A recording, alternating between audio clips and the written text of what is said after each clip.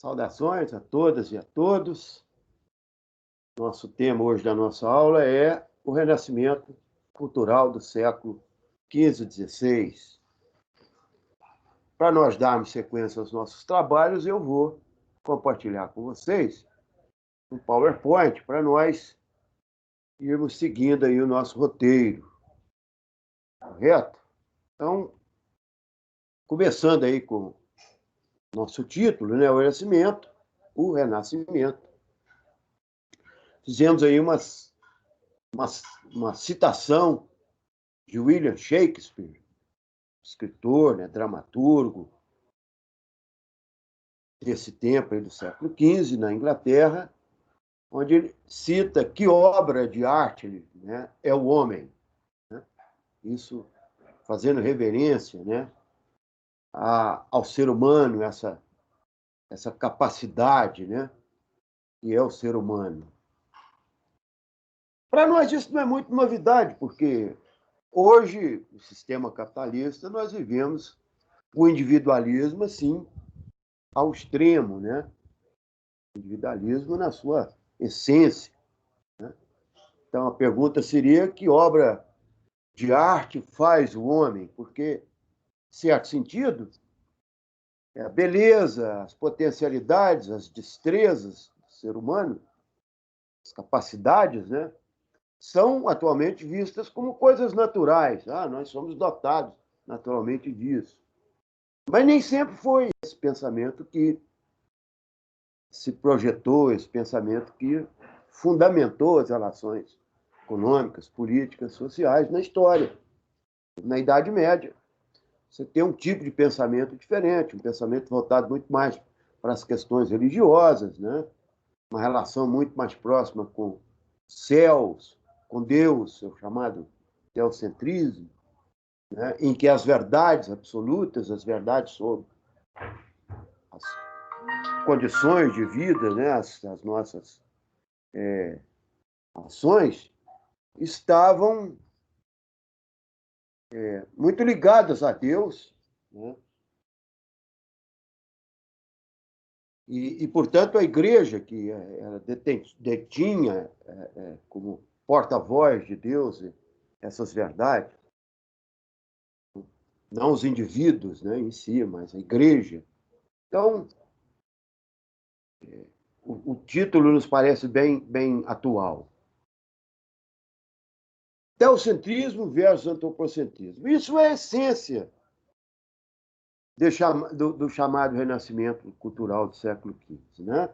Então, é essa contraposição dessa dualidade dominante na Idade Média, de Deus em relação ao homem, Deus acima e a submissão do homem a Deus, esse Deus aí pelas verdades da Igreja Católica, né?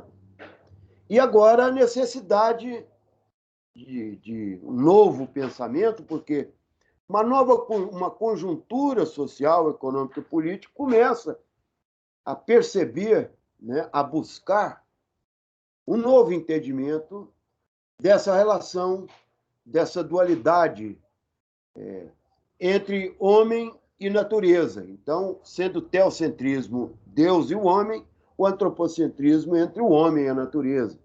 Então, agora, abandonar essas verdades absolutas, né, do teocentrismo e buscar agora uma verdade baseada na razão humana, né, no raciocínio lógico, né, na compreensão do que está ocorrendo com esse indivíduo aí no final do século XIV, no século XV, na Europa.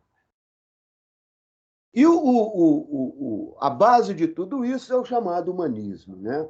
Quer dizer, o que é o humanismo? O humanismo são os humanistas, né? São sábios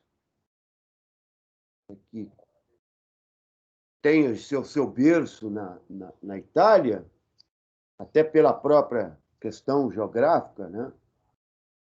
A Itália ter sido sede do grande Império Romano, né? E berço do classicismo greco-romano da antiguidade, né?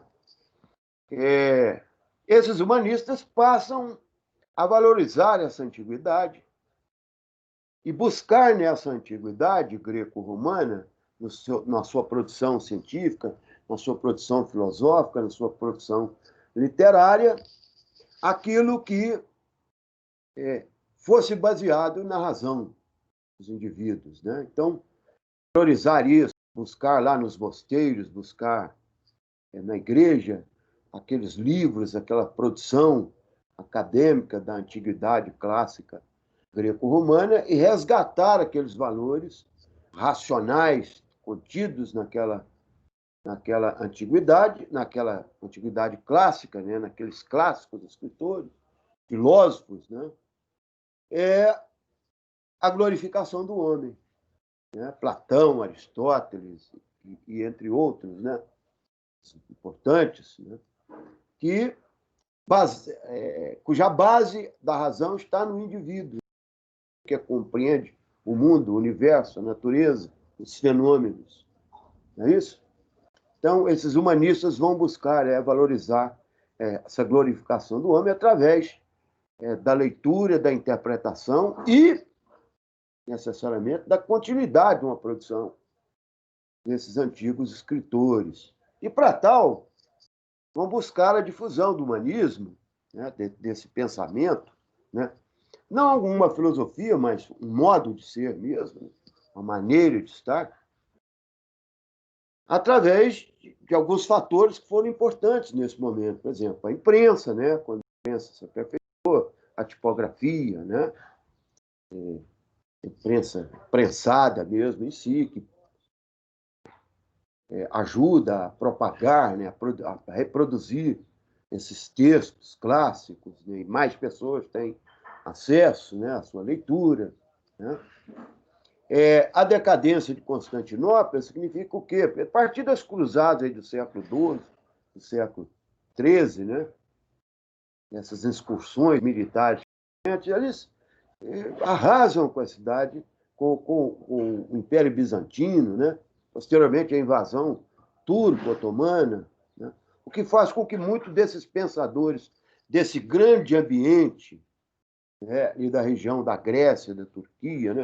Do Império Helenístico, de grande produção cultural na antiguidade, esses sábios vão para, né, fogem, né, chegam à Itália. Então, a Itália, isso vai gerar um ambiente propício, né? A expansão marítimo-comercial, ou seja, a relação com outros povos, com outras sociedades, trazendo novas experiências, verdades, então, né, conceitos não conhecidos, agora baseados, né, no Império, por exemplo, árabe, né, nos árabes, no Oriente. E um fator chamado mecenato. Mecenato seria o quê?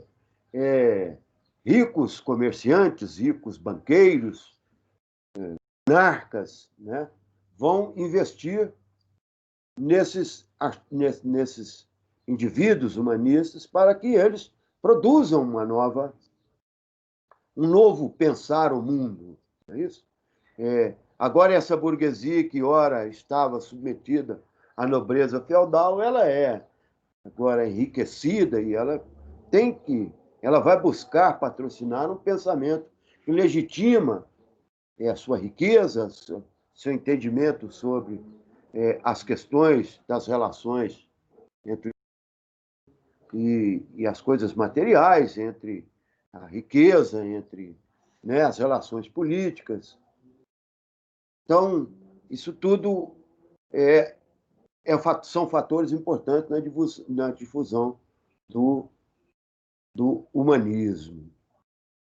O Renascimento, nós já vamos compreender o Renascimento como sendo, assim, uma expressão desse humanismo, dessa busca da valorização do ser humano, né? Aí, não só no campo, né, do universalismo do termo, o que eu quero dizer com isso? O termo expressa, assim, a universalidade da coisa, né, do ser humano, da valorização do ser humano em si, mas agora o Renascimento particulariza para uma série de ações que vão representar esse humanismo. Como, por exemplo, né, conceitos como básicos como a razão, né, o homem dotado de raciocínio, de capacidade, de compreensão, de investigação, de busca, né? Isso é fundamental para a expressão dessa valorização humana. O paganismo não pode ser visto como ateísmo. O paganismo é aquela coisa fora da igreja, né? Não sendo da igreja, é pagão. Então, buscar entendimentos fora da igreja, né? Isso é que nós queremos falar do paganismo. E o individualismo, ou seja, a valorização do indivíduo em si mesmo, né? Não mais aquelas relações associativas, né, que a igreja pregava muito, o coletivismo, mas aquela valorização das coisas individuais, das angústias humanas, das angústias próprias, dos desejos, né, das potencialidades.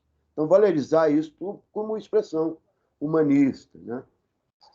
Fundamental o absolutismo monárquico na transformação da política, né, das relações políticas, com a concentração de poder.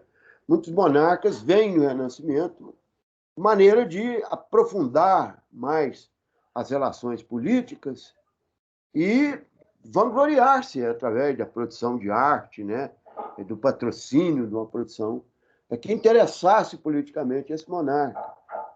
A burguesia é o pensamento dessa burguesia, né, que quer se enriquecer, né? Essa burguesia é de uma cultura urbana, né?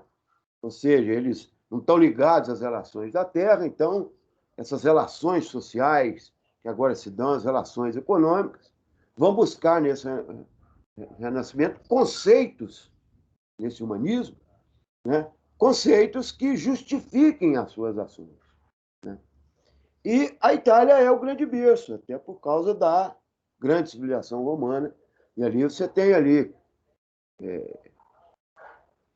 Coliseu, por exemplo, né? São, né, monumentos da antiguidade que o tempo inteiro está inspirando esses humanistas a voltar a ter uma relação com esse passado que era muito baseado na razão, né? Menos na fé. Então, por lá, o mecenato, as cidades ricas como Florença, Veneza, né? Esses grandes banqueiros e comerciantes vão investir muito nesse, não só como status, né, mas como uma nova maneira de pensar o mundo. Então, nós vamos falar dessas expressões do Renascimento, que são muito importantes para nós, né? O Renascimento traz aí uma série de expressões desse humanismo. Citamos alguns deles aí na literatura, nas artes, nas ciências, né? Destacamos aí os italianos na literatura, Dante Alighieri, Nicolau Maquiavel, Dante Alighieri, com a sua famosa obra A Divina Comédia Humana, né? Nicolau Maquiavel, com a sua produção política de O Príncipe, né? Também muito contemporâneo até hoje, né? O Boccaccio, com as suas, Giovanni Boccaccio, com as suas comédias, né, satíricas, né, satirizando a igreja, o tradicionalismo, etc. Miguel de Cervantes, com o Dom Quixote de La Mancha, na Espanha, né? William Shakespeare, com uma série de obras, o Otelo, Romeu e Julieta, Rei Lear, e assim por diante, várias, né, obras escritas pelo grande Shakespeare, sempre tratando da natureza humana, dos desejos, dos preconceitos, da paixão. Thomas Morris, né, outro inglês também, com sua famosa obra A Utopia.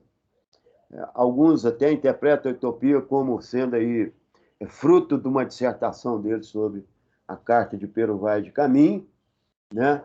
Falando desse mundo utópico, que as pessoas vivem em equilíbrio com a natureza, etc. Mais ou menos aquilo que descreve, né, a Carta de Pero Vaz de Caminha ao rei de Portugal, quando da chegada dos portugueses ao Brasil, em abril de 1500. Né? Luís de Camões, em Portugal, grande expressão da literatura renascentista, com os Lusíadas, né? Ilíadas, é lá na Grécia, né? Na Antiguidade, os Lusíadas, falando dessa saga dos navegadores, né? Os empreendedores portugueses aí, no início dessa expansão marítimo-comercial. Erasmo de Roterdã, vem nos Países Baixos, né? Um outro renascentista importante. Nas artes, nós estamos citando aí Leonardo da Vinci, com as suas obras fantásticas, né? A Mona Lisa, mesmo, a Santa Ceia, fora ele ser um grande matemático, um engenheiro, né? Shakespeare, o Leonardo da Vinci é uma figura dessas fantásticas, né? Um gênio, né? Michelangelo, né? Grande pintor, né? Cuja obra principal está lá, a Capela Sistina, hoje vista por milhões de pessoas na Praça de São Pedro, lá no Vaticano. Rafael de Sanzio, né? Com as suas Madonas, né? Sempre retratando belíssimas mulheres, o seu famoso quadro O Narciso, né? Antônio Correggio, outro grande renascentista das artes. Isso na Itália. Destacar Hans Holbein e Alberto Dürer, né? Albrecht Dürer, na Alemanha, né? Pintaram ali quadros sobre os príncipes, né? Naquele momento. Murilo e El Greco, na Espanha, dois grandes pintores também espanhóis. Nas ciências, nós vamos aí destacar a figura do polonês Nicolau Copérnico, com a sua teoria do heliocentrismo, posteriormente aperfeiçoada por Galileu Galilei, Johann Kepler, né, alemão, o Galilei italiano. Essa grande... esses grandes médicos, né, nosso canal está aqui na frente, deixa eu chegar aqui para o lado aqui para nós. Miguel, como é que é o nome dele, gente? Opa! Eu estou subindo, tô, em vez de... Ele não para aqui para me ver, não. Vamos dar uma olhada aqui no livro, que eu digo já já o nome dele para vocês, né?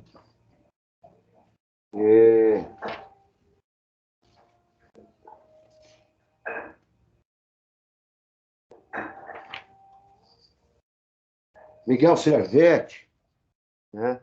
E Ambroise Paré. Servetti, considerado um camarada que, né, trabalhou lá com a circulação sanguínea, né? Para que descobriu como é que funciona a corrente sanguínea, né? A circulação sanguínea do corpo. Ambroise Paré, né? Que substitui a cauterização, né? Em vez de você queimar o machucado, você costura, né? Isso, os vasos sanguíneos para parar as hemorragias. O André Vessalio, esse é considerado o pai da anatomia moderna, da anatomia da medicina, né? Anatomia humana. Então, são figuras que aparecem aí como grandes expressões do Renascimento. Então, o Renascimento vai dar um declínio, gente, no momento em que, no século XVI, surge a reforma religiosa e a contra-reforma. Então, essa reforma é uma reforma extremamente radical, né, que né, vai produzir um declínio muito grande nesse processo de produção renascentista, devido ao seu rigorismo, né, exaltado, a contra-reforma com a Santa Inquisição de novo, né, colocando as vidas em risco, e colocando os pensadores em censura, né, sobre violência. Então, tudo isso faz que não será mais agora possível segurar esse rompimento, né, com o pensamento medieval e o pensamento agora moderno, e, portanto, seguir o caminho aí de uma racionalidade cada vez mais aprofundada no entendimento das relações individuais. Obrigado a todas e a todos, e nós paramos a nossa aula por aqui e vamos